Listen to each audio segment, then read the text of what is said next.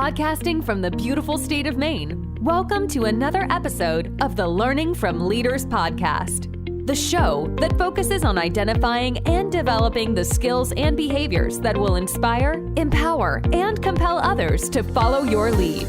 Listen as Patrick's guests talk about the powerful leadership approaches they have identified and developed, which are vital for leading in today's challenging times.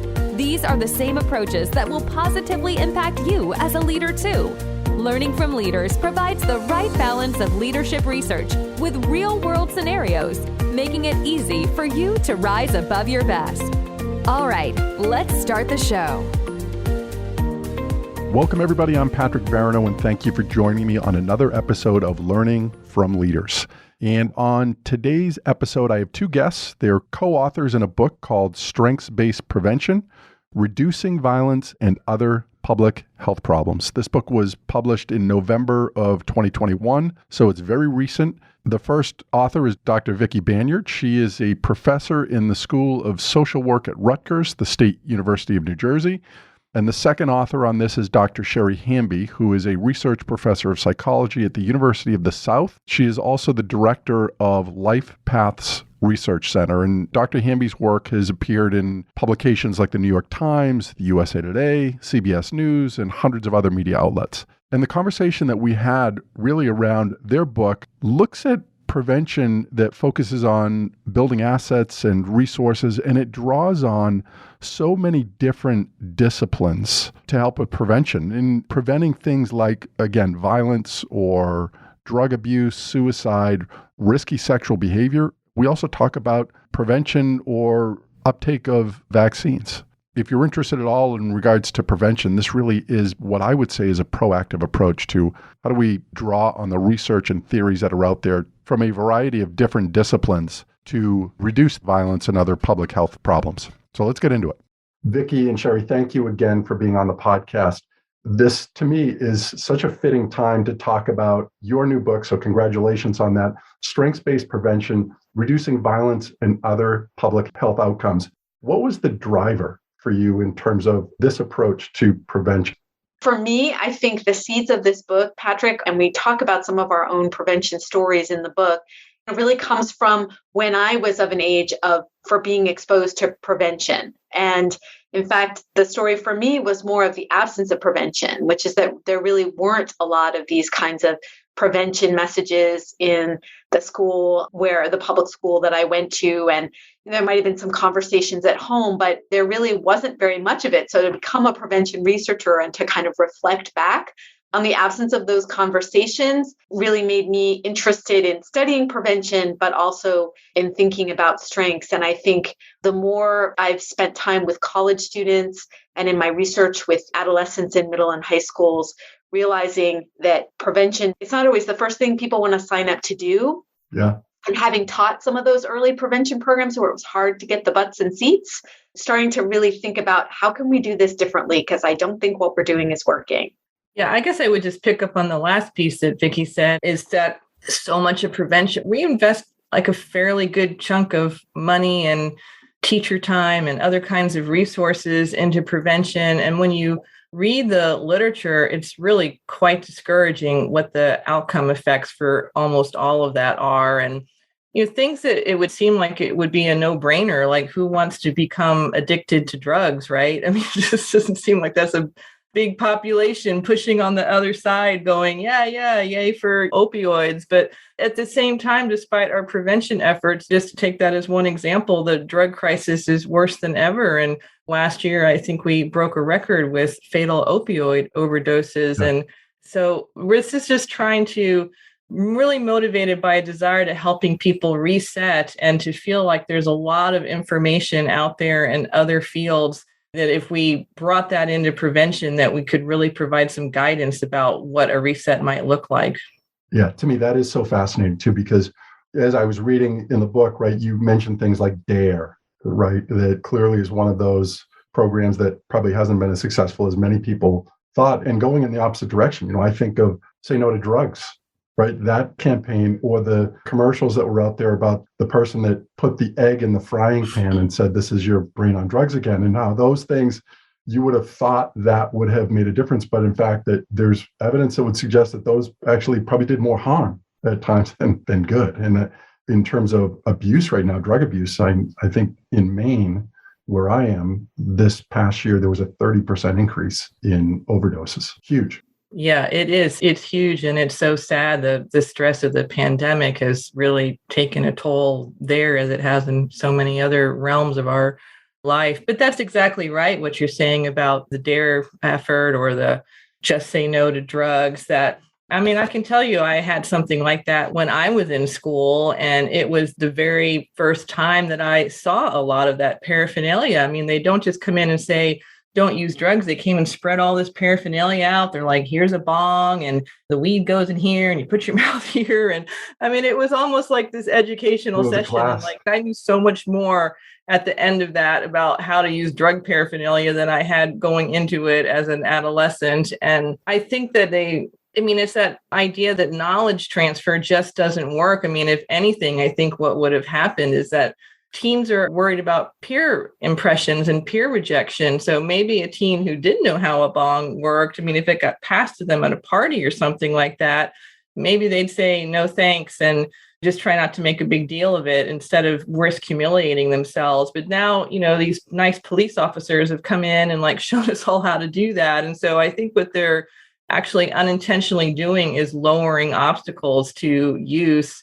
And there is some evidence that, at least in some of the outcome studies, that students who receive that program were actually slightly more likely to use drugs than other teens. But years and years of this, the Surgeon General came out and said that this isn't a good program. One of the major psychological associations said we shouldn't be doing this. And none of that has had any real impact on it because it has this brand and this momentum of its own that's almost total absence of the scientific evidence in support of it.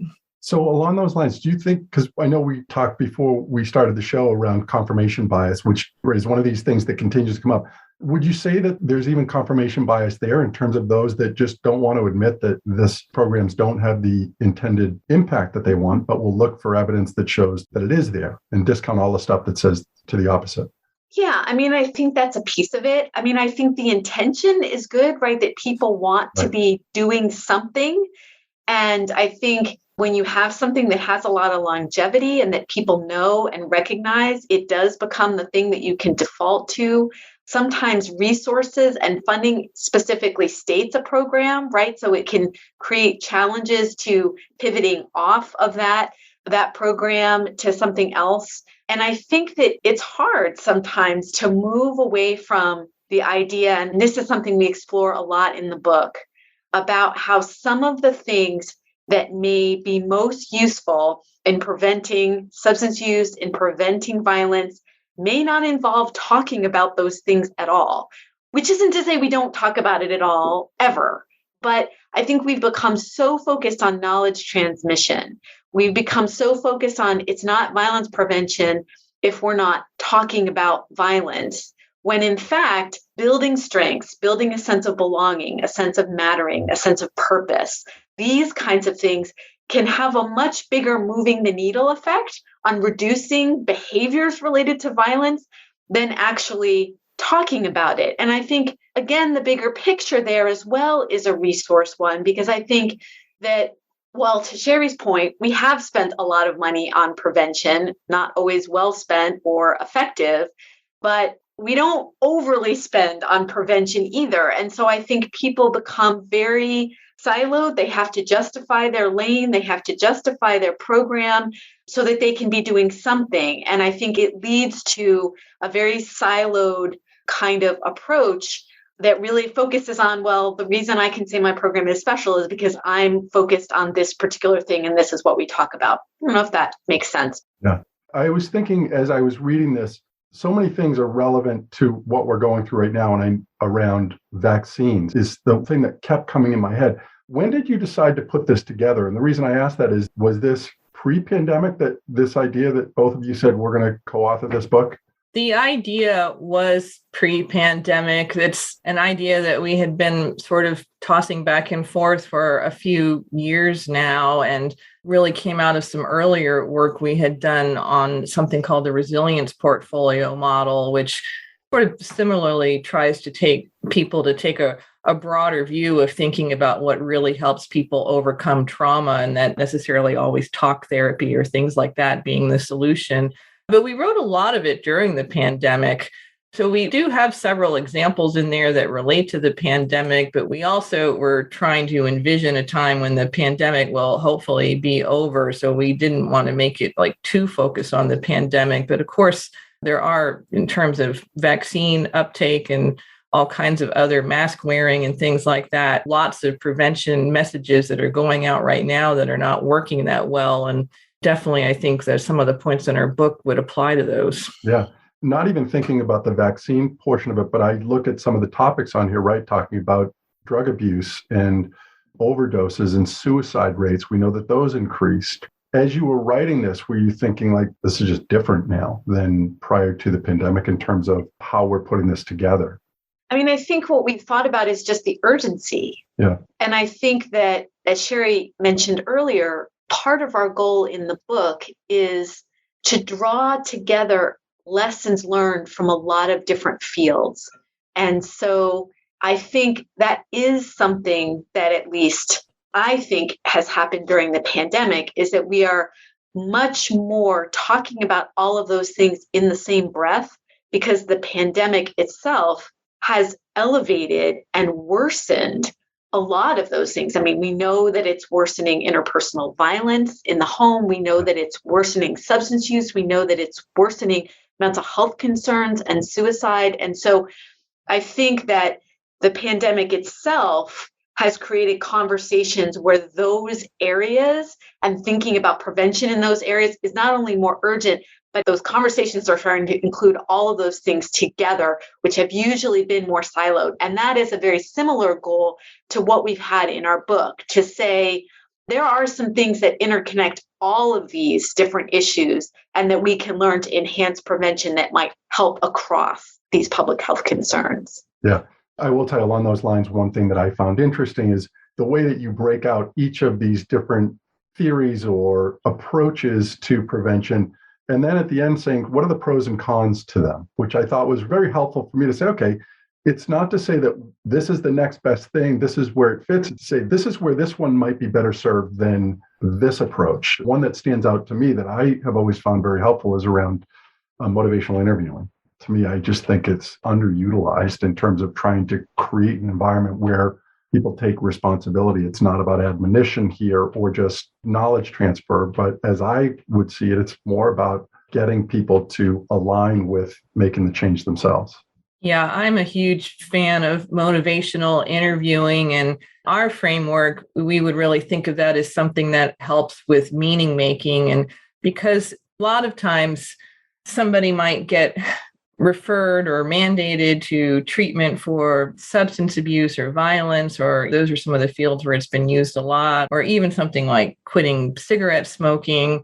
And sometimes their motivational interviewing, I think, is a great way to help them reconnect to their own reasons for being there. Like, and how does this connect to larger sense of purpose, larger goals for your own life?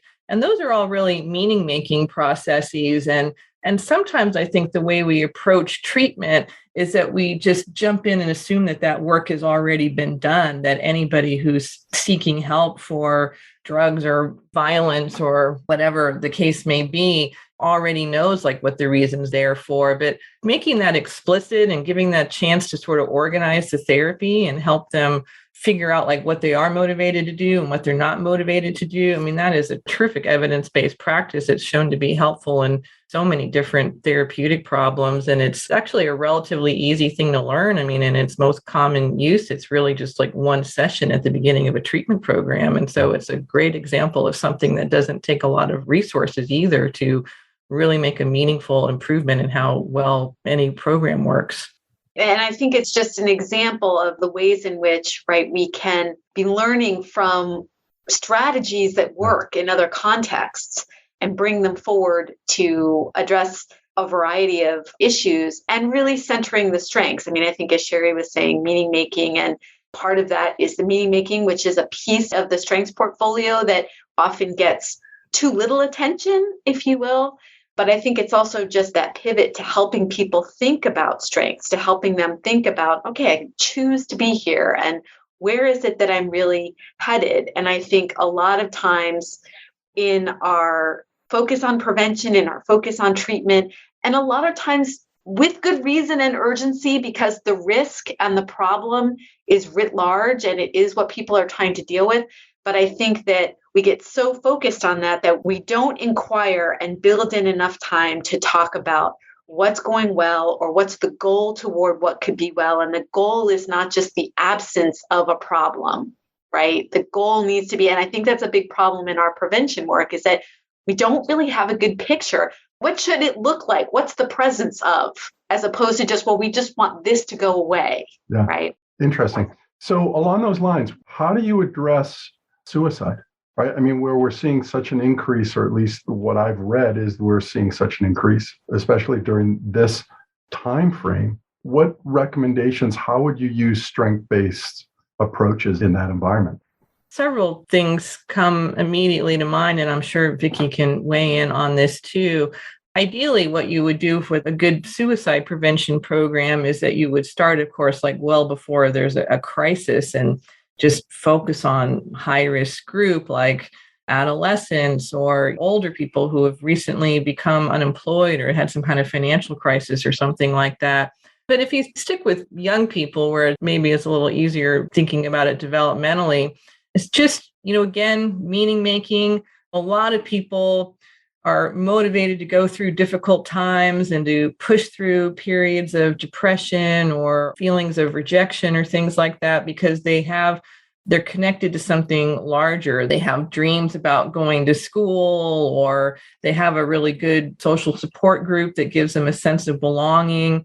So prevention programs that focus on those kinds of things, but before there's any kind of crisis, that you're helping kids develop a sense of meaning making, find out what their purpose in life is, identify some goals. You could probably do a little sort of preparation for them that you're going to go through times when you might feel really low, and not like hide from that or pretend that that's a rare experience, because it's not a rare experience at all, and brainstorm ways that they can work their way through that.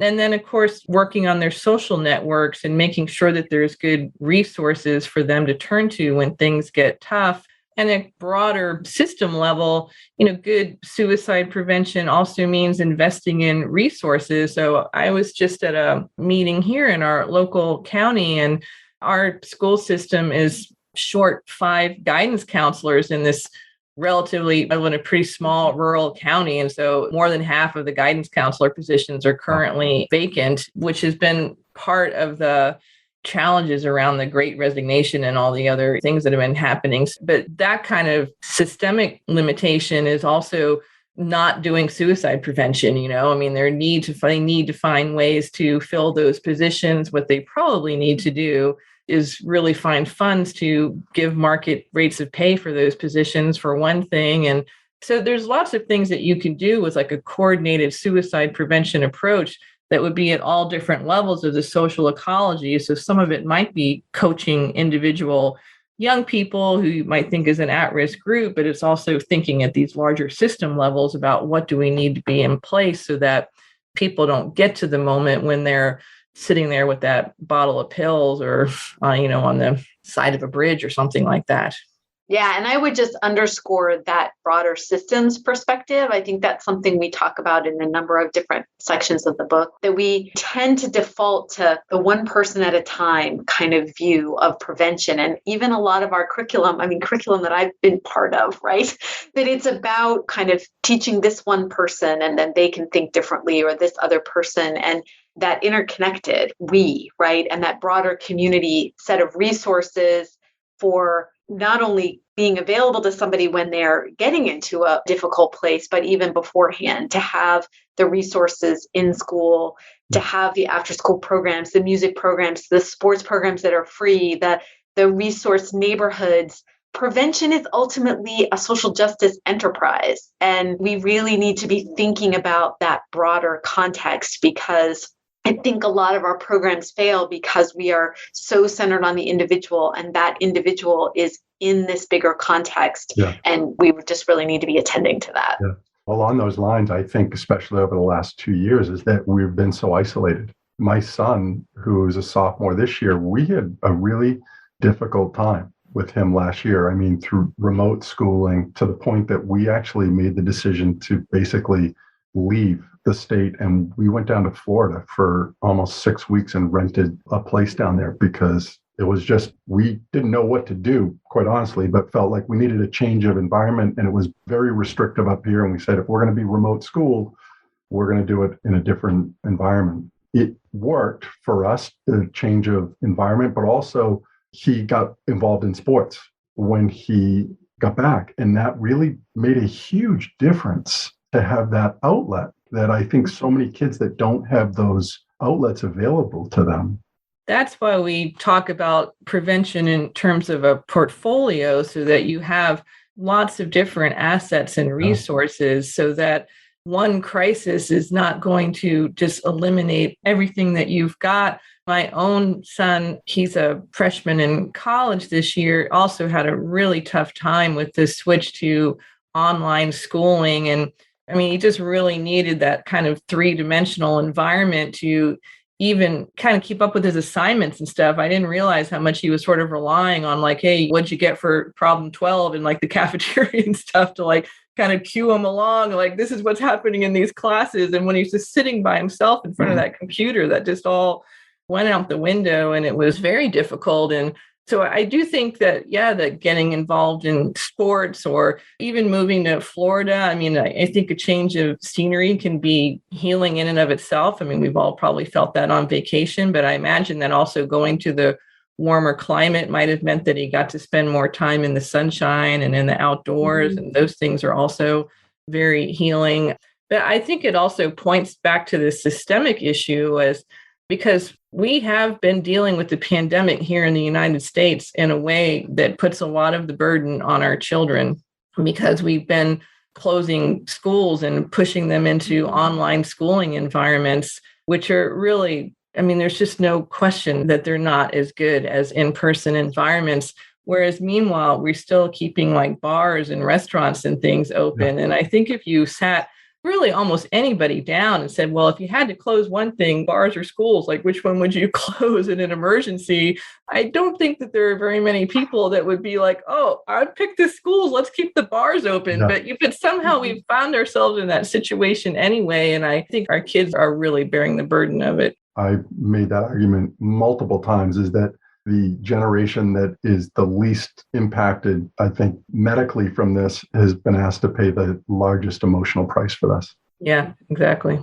Yeah. And especially when you think about the developmental moments of what they're also learning, right, in school, about social relationships and all of that stuff. We know that's very different to navigate online than it is in person. The topic that I try and talk about less, because it always raises people's emotions the highest, is around vaccines. And I will tell you, as I was reading this book, I thought many times that, boy, this fits. You talk about strengths-based prevention. I've looked back on this whole process, and having been somebody that's been vaccinated and somebody that spends a lot of time in the space of persuasion or influence and leadership, is, boy, we messed this thing up in terms of getting people to buy into the benefits of vaccination. I'd love your thoughts on that. So there's a lot of things kind of related to this. But I think one of the take-home messages for me in writing the book and in being in this prevention space is that we need lots of strategies, right? So I think part of how we go awry, if you will, is that we want to just find one answer. We want just one social marketing message that we can put out on the TV. We want one kind of thing that's going to reach everyone and turn them around and get them to think differently about this. And we know that that doesn't work, right? Talk about leadership, right? People turn to different kinds of leaders, informal leaders in their networks, leaders that are sort of famous people. People resonate with different influencers. So that's just one dimension about who is the messenger. And so I think that we tend to try to find one thing that's going to address the problem, rather than really taking a more nuanced approach to say, probably just one message isn't going to work for everyone. I think we also tend to focus a bit more on the risk part. There's a study we talk about in the book that some researchers did around, I'm not sure if it was specific to vaccines, it might have been related to masks, but was talking about if you use a message that's more about do this so you can avoid death versus do this to help your community. And they got some more positive responses for more of the positive, kind of help your community sort of thing. But I think, again, it's the testing different messages to try to get things that will resonate with people, understanding that not everyone will resonate to the same argument. And that if you are using an argument that someone's not resonating to at all, just saying it more forcefully is probably going to just lead them to resist more forcefully. Back to confirmation bias. Right. I think that if we had, hopefully, if some kind of emergency like this comes up again, as people say is not unlikely, that we'll be better prepared. There are still a lot of obstacles to getting vaccines that are not really being thought through. I mean, on one hand, and certainly compared to many other countries, we have incredible accessibility. I mean, even here in the small rural county where I live, you can go to any of the pharmacies or you can go to the health department. And so it sounds easy, but if you scratch it a little bit, it's not as easy as it could be. So, for example, the closest place to me is to go to a pharmacy, one of the national chain pharmacies, and you have to go online and make an appointment. You can't just walk in. And then when you go online and make an appointment, there's this rather long form you have to fill out. And even though my whole family has been picking up our prescriptions at this place for years, and they have all of our insurance information, and when I bring in a prescription or if I call in a refill, I don't have to provide my insurance information because it's not changed. But when I had to sign up for the vaccine, I had to go dig my insurance card out and re-enter all of that information. And that assumes that you've got access to the internet. It assumes that you've got computer skills to fill out those kind of online forms. It's not as easy as it should be. And even if you have all of that, you still have to take time out of your day and go over there during regular pharmacy hours. And so as a university professor, I have that kind of flexibility in my work. But a lot of people don't have that kind of flexibility. And so it's a burden for them. Or as I already mentioned, my youngest is in college now, so I don't have childcare issues about getting over to get a vaccine. Or the next day I felt some of the side effects of the vaccine. I was kind of tired. But if I had a house full of small children, that might be more problematic than it would be otherwise. And we're not really thinking through, how could we reduce those obstacles? How could we make it easier for people to just walk in? If they feel an impulse to go get a vaccine, then we should let them act on that impulse. We shouldn't be well, maybe in a day or two we can fit you in, and then that gives them time to think about it. And we could be going to workplaces, and they bring vaccine centers here to my campus, but there are so many workplaces in the county where you have to somehow manage to get time off to go get a vaccine. So I think that there's still a lot that we could be doing. And as Vicki said, that we could be doing a lot more to test right away, what seems to be working and what doesn't. I saw an article earlier today that a bunch of analyses have been done on all these incentive programs of giving away lottery tickets or cash prizes or whatever. And it turned out that those don't seem to have had much effect. And so we should be much more systematically trying different types of programs and seeing which ones are moving the needle in terms of uptake with vaccines. And I think there are things that work, and we just need to find out what they are faster and then implement them faster. Yeah. And along those lines, Vicki, as you were saying, as somebody that's a non-academic reading this book, what I enjoyed about it was that it was like a buffet of different approaches with commentary on this is where this might work and might not work. This is a plus to this. And along those lines, I think to be in that space, though, especially if it's your idea, is not to have an ego involved, that you think that your approach is the one that is the best approach, right? There's a lot of curiosity that has to be in play in that situation, that I don't think this is the direction that we're going to go, because this is what's going to move the needle. I think you're right on that. I think being more open to exploring who has the right answer as opposed to I have the right answer.